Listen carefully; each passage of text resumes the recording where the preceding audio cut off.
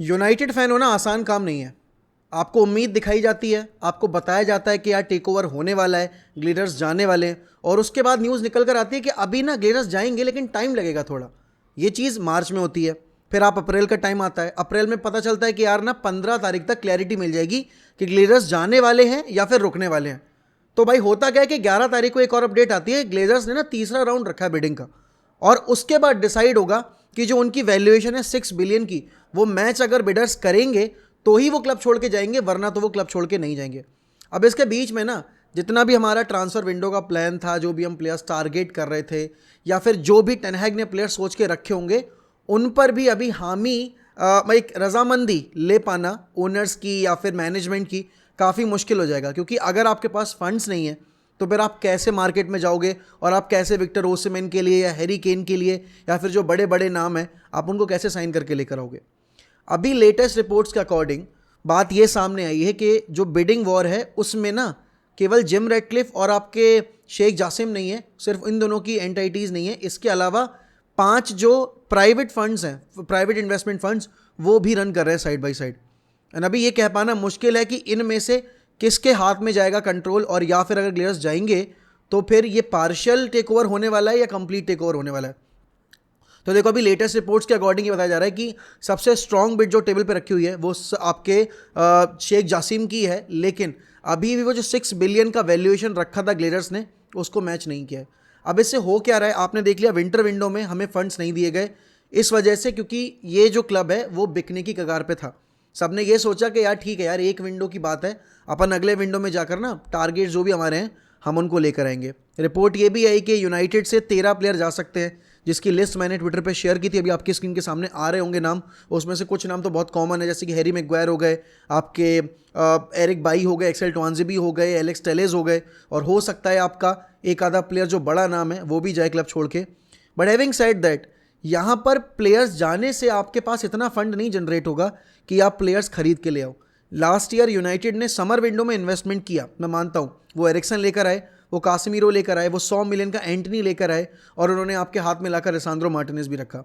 लेकिन इसके अलावा क्या इतनी सारी, मतलब इतनी 4 साइनिंग से, क्या 5 साइनिंग से आपका सीज़न जो था वो पटरी पे आ गया, या फिर आपने चैंपियंस लीग के लिए कंफर्टेबली क्वालिफाई कर लिया क्या, या फिर आप प्रीमियर लीग में सिटी और आर्सेनल कंपैरिजन में बिल्कुल करीब बैठे हुए क्या उनके।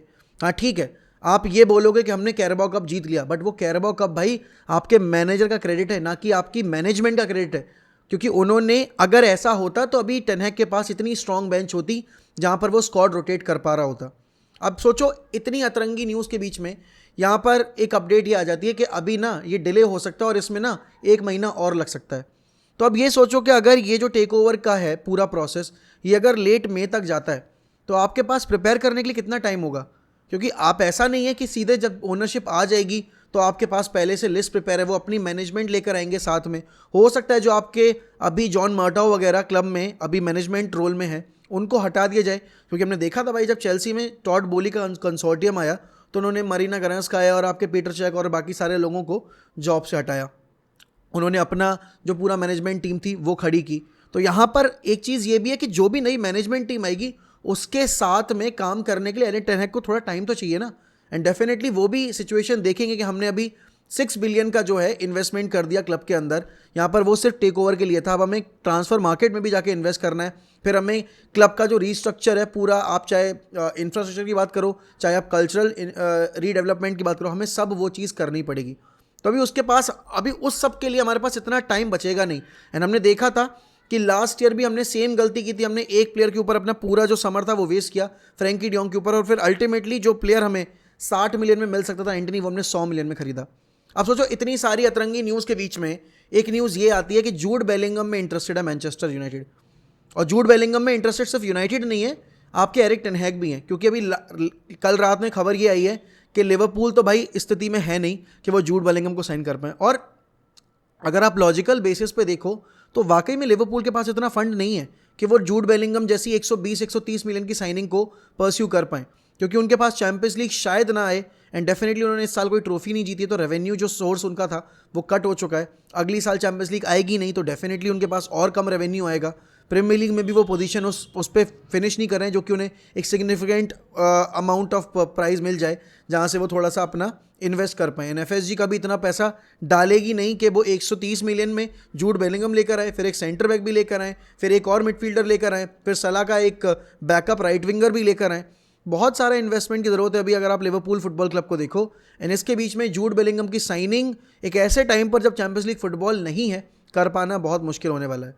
एंड यहाँ पर अगर मैं जूड बेलिंगम के फ्यूचर की बात करूँ तो देखो यार, आई फील के Jude Bellingham will go to Man City. I don't think कि रियल मैड्रिड भी उसके लिए 130 मिलियन पे करने को तैयार होगी। लेकिन आज जो मैंने रिपोर्ट्स पढ़ी हैं regarding United's interest in Jude Bellingham, it's pretty shocking.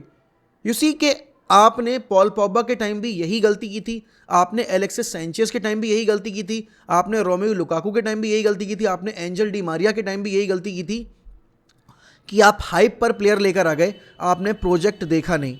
और अगर अभी आप देखोगे, आई गेट इट कि Jude Bellingham is pretty young, but to invest 130-140 million on a 19 और 20 year old lad doesn't make sense. Jude Bellingham को जब हम मात्र 15-20 मिलियन में लेकर आ सकते थे तब आप नहीं उसको कन्विंस कर पाए। अब ये सोचो कि उसके पास जब टेबल पे मैड्रिड और सिटी जैसी टीम्स का ऑफर होगा जो कि रेगुलर चैंपियंस लीग फुटबॉल खेल ही नहीं रही हैं बल्कि जीतने के लिए compete भी कर रही हैं, तो आप कैसे परस्यू कर पाओगे? और इतना प्राइस टैग आप पे अगर कर रहे हो तो फिर आपके बाकी एरियाज में इन्वेस्टमेंट का क्या होगा? क्योंकि आई डोंट थिंक कि टेन हैग ये गलती करेगा कि वो, मतलब देखो अब कर भी सकता है क्योंकि उसने एंटनी को लाने की जिद पकड़ ली थी, वो फ्रैंकी डियोंग के पीछे भी था। आई गेट इट के बॉल प्रोग्रेशन के लिए एंड ओवरऑल पैकेज अगर आप जूड बेलिंगम को देखो, अगर आप उसकी सीलिंग देखो तो बहुत हाई है। करेंटली एक्टिव फुटबॉलर्स में अगर आप टीनेजर्स की बात करो, he is one of the brightest lad out there, but at the same time you can't justify that price tag. आप ये सोचो अगर यहाँ पर वेस्ट हैम रेलीगेट होती है या फिर वेस्ट हैम रेलीगेट नहीं भी होती, if they finish in 15th और 16th पोजीशन, तो आप डेक्लेन राइस को लेकर आ सकते हो, आप लूकास पाकेता को लेकर आ सकते हो, बिकॉज उनको भी चैंपियंस लीग फुटबॉल खेलनी है। वो कब तक अपना जो करियर है वो वेस्ट करेंगे? एंड वेस्ट हैम भी फंड रेस करना चाहेगी, तो they will let go of such players. तो यहाँ पर मेरे हिसाब से जूड बेलिंगम की बजाय अगर हम लूकास पाकेता जैसे प्लेयर को टारगेट करेंगे, who is a very versatile player, can play in a number 8 role, can play in a number 10 role, can also play on the wider flanks as well, that would make more sense. आप अगर बात करो यहाँ पर बाकी players की, आपको CDM player चाहिए, आपके पास कैसेमीरो का बैकअप नहीं है। You look at Manchester United condition right now, बिना कैसेमीरो के हमने ब्रूनो को नंबर 8 रोल में डाला। ऑल्सो आप अगर साबित्जर को परमानेंट कर रहे हो, क्योंकि फेब्रिजो रोमानो ने बहुत ही क्लियरली ये चीज़ पोस्ट की है अपने आज मतलब ट्विटर पोस्ट में, एंड उसने अपने पॉडकास्ट में भी बोली थी ये चीज़ कि Sabitzer want to stay at Manchester United and Erik ten Hag would love to have Sabitzer on a permanent basis. अगर आप वहाँ पे बायर्न म्यूनिख की मिडफील्ड देखो, they have got Kimmich, they have got Goretzka, they have got Musiala, they have got Gravenberch and वो Konrad Laimer भी लेकर आ रहे हैं। तो इतने प्लेयर्स के बीच में कहाँ आप साबित्जर को फिट करोगे? एंड अगर साबित्जर आपको 20 मिलियन में मिल रहा है, who is a mature player, who is at his peak, आपको डायरेक्ट रिप्लेसमेंट भी मिल रहा है कैस आपके एरिक्सन का, क्योंकि दोनों गेम टाइम डिस्ट्रीब्यूट कर सकते हैं एक दूसरे के बीच में, तो भाई that is the perfect situation. और आप ये सोचो कि 100 मिलियन एक्स्ट्रा पे कर आप सिर्फ एक प्लेयर लेकर आओगे। और यहाँ पर अभी जो ऑब्सेशन है रिगार्डिंग जूड बेलिंगम, वो हमारा क्लब अफोर्ड नहीं कर सकता। आपको मैगवायर जाएगा तो सेंटर बैक चाहिए, एक नहीं बल्कि 2 चाहिए होंगे अगर लिंडलॉफ भी जाता है क्लब छोड़ के, जो बहुत अनलाइकली सोर्स, मतलब एक अनलाइकली मतलब एक सिनेरियो है। बट हाँ, एक सेंटर बैक तो चाहिए होगा डेफिनेटली। आपको एक कैसेमीरो का बैकअप और एक और अगर मिडफील्डर आप चाहो तो साबित्जर को परमानेंट बेसिस पर साइन कर सकते हो। एंड अगर आपको लाना ही है, अगर आपको ब्रूनो का बैकअप लेकर आना है या फिर आपको एक अच्छा बॉल प्रोग्रेसर लेकर आना है, go for Lucas पाकेता।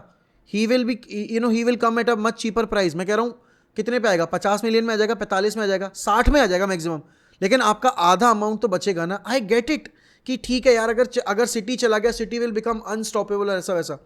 City are still unstoppable, but just by signing Jude Bellingham we won't be invincible, we won't be winning the Premier League titles, the UCLs and the FA Cups and the Carabao Cups in the single season. We won't be able to do that. हमने Pogba को इसीलिए sign किया था, and Pogba was a big let down for us, and Pogba was a big let down because we expected a lot from him, क्योंकि हमने उसके price tag के basis पर उसको जज करना शुरू किया था।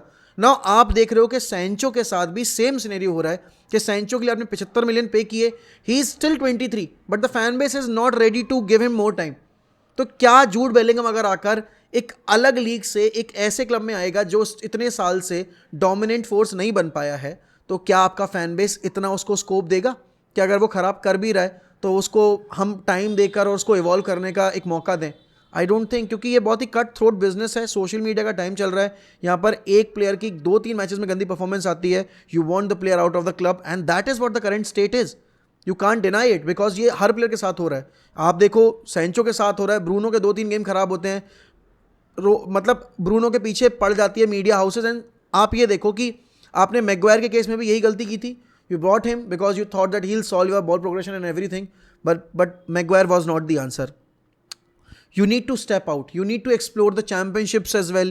You need to explore Liga as well. You need to explore Serie A as well. You need to explore आपके स्पेनिश लीग में जाकर आपको देखना चाहिए, पोर्चुगीज लीग में जाकर देखना चाहिए. टैलेंट बहुत ज़्यादा है. You can't just put your entire focus on a player जो कि इतना लाइमलाइट पकड़े हुए है. Sometimes not signing such players can also become as a blessing for you. आप देखो कि आपने जब रूबिन डियास को साइन करना था तब आपने मैगवायर को साइन कर लिया, जो कि गलत डिसीजन रहा आपके लिए. जब आपको वैन डाइक को साइन करना तब आपने लिंडलॉफ साइन किया. तो डिसीजंस बहुत गलत रहे हैं यार. बहुत टाइम लेकर सोचना पड़ेगा. एंड आई डोंट थिंक कि पहली बात तो ये है कि Jude Bellingham won't arrive at United, but by any chance अगर यूनाइटेड जाती है बिड लेकर और इतना बिड अगर प्लेस कर देती है टेबल के ऊपर, that will be a very foolish decision. आप देखो यार, अगर आपको लाना ही, आप बरेला लेकर आओ यार. Barella can join us. आपको अगर पुश करना है किसी प्लेयर के लिए, go and get Sandro Tonali from AC Milan. These are the players you should be targeting. Mature players, seasoned players in the Champions League, एक लीडर की तरह जो बिहेव कर रहे हैं. तो definitely you want these kind of players. Jude Bellingham will have a great future. Jude Bellingham is going to be a future superstar. He's already a superstar. He might have a great future in world football. But at this time, we are not in a condition जहाँ हम ये सब afford कर पाएँ. And definitely भाई, ये तो मेरा एक ओपिनियन था. आप लोग भी बता सकते हो अपने ओपिनियन के बारे में कमेंट सेक्शन में. And definitely if you are new to this channel, kindly subscribe to 1MUFC.